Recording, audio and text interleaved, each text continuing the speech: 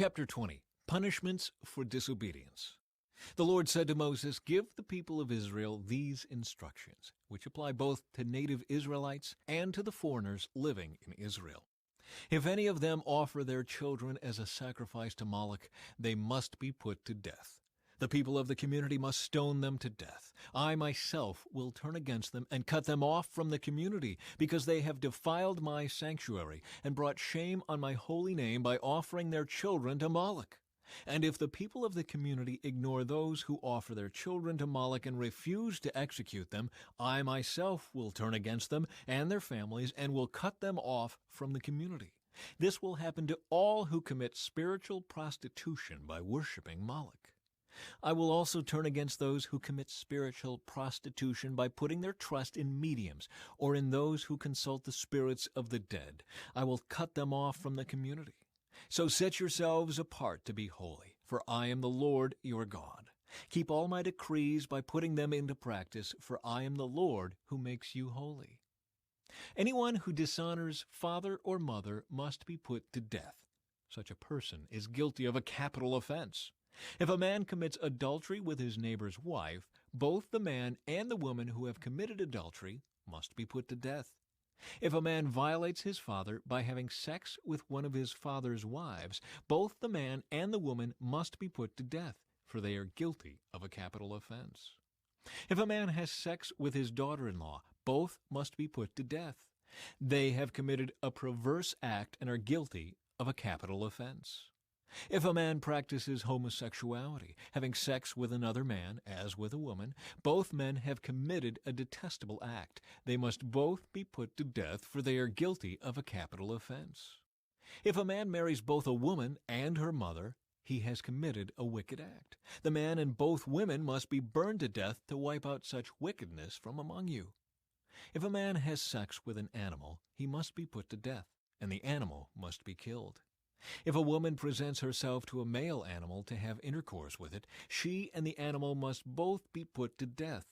You must kill both, for they are guilty of a capital offense.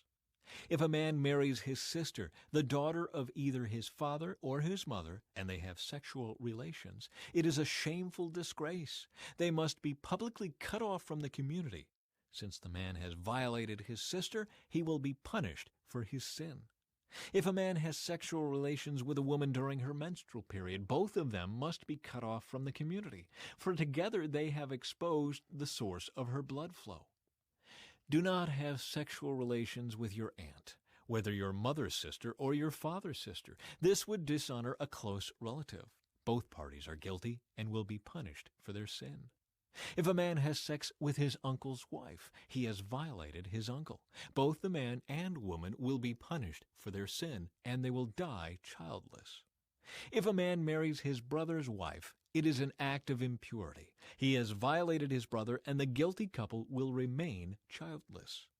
You must keep all my decrees and regulations by putting them into practice. Otherwise, the land to which I am bringing you as your new home will vomit you out. Do not live according to the customs of the people I am driving out before you. It is because they do these shameful things that I detest them. But I have promised you, you will possess their land, because I will give it to you as your possession, a land flowing with milk and honey. I am the Lord your God, who has set you apart from all other people. You must therefore make a distinction between ceremonially clean and unclean animals, and between clean and unclean birds. You must not defile yourselves by eating any unclean animal or bird or creature that scurries along the ground. I have identified them as being unclean for you. You must be holy, because I, the Lord, am holy. I have set you apart from all other people to be my very own. Men and women among you who act as mediums or who consult the spirits of the dead must be put to death by stoning. They are guilty of a capital offense. Chapter 21. Instructions for the priests. The Lord said to Moses, "Give the following instructions to the priests, the descendants of Aaron.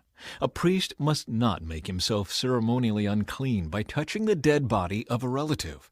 The only exceptions are his closest relatives, his mother or father, son or daughter, brother, or his virgin sister who depends on him because she has no husband. But a priest must not defile himself and make himself unclean for someone who is related to him only by marriage.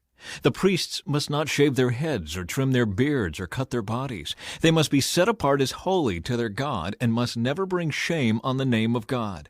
They must be holy, for they are the ones who present the special gifts to the Lord, gifts of food for their God. Priests may not marry a woman defiled by prostitution, and they may not marry a woman who is divorced from her husband, for the priests are set apart as holy to their God. You must treat them as holy because they offer up food to your God. You must consider them holy because I, the Lord, am holy, and I make you holy. If a priest's daughter defiles herself by becoming a prostitute, she also defiles her father's holiness, and she must be burned to death. The high priest has the highest rank of all the priests. The anointing oil has been poured on his head, and he has been ordained to wear the priestly garments.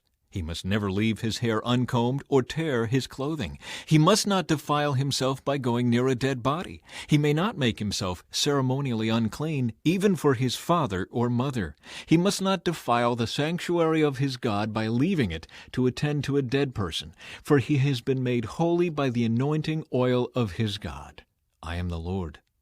The high priest may marry only a virgin. He may not marry a widow, a woman who is divorced, or a woman who has defiled herself by prostitution.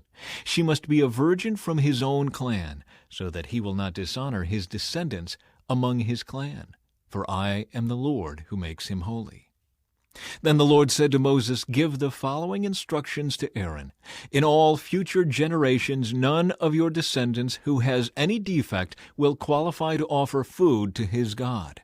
No one who has a defect qualifies, whether he is blind, lame, disfigured, deformed, or has a broken foot or arm, or is hunchbacked or dwarfed, or has a defective eye, or skin sores, or scabs, or damaged testicles.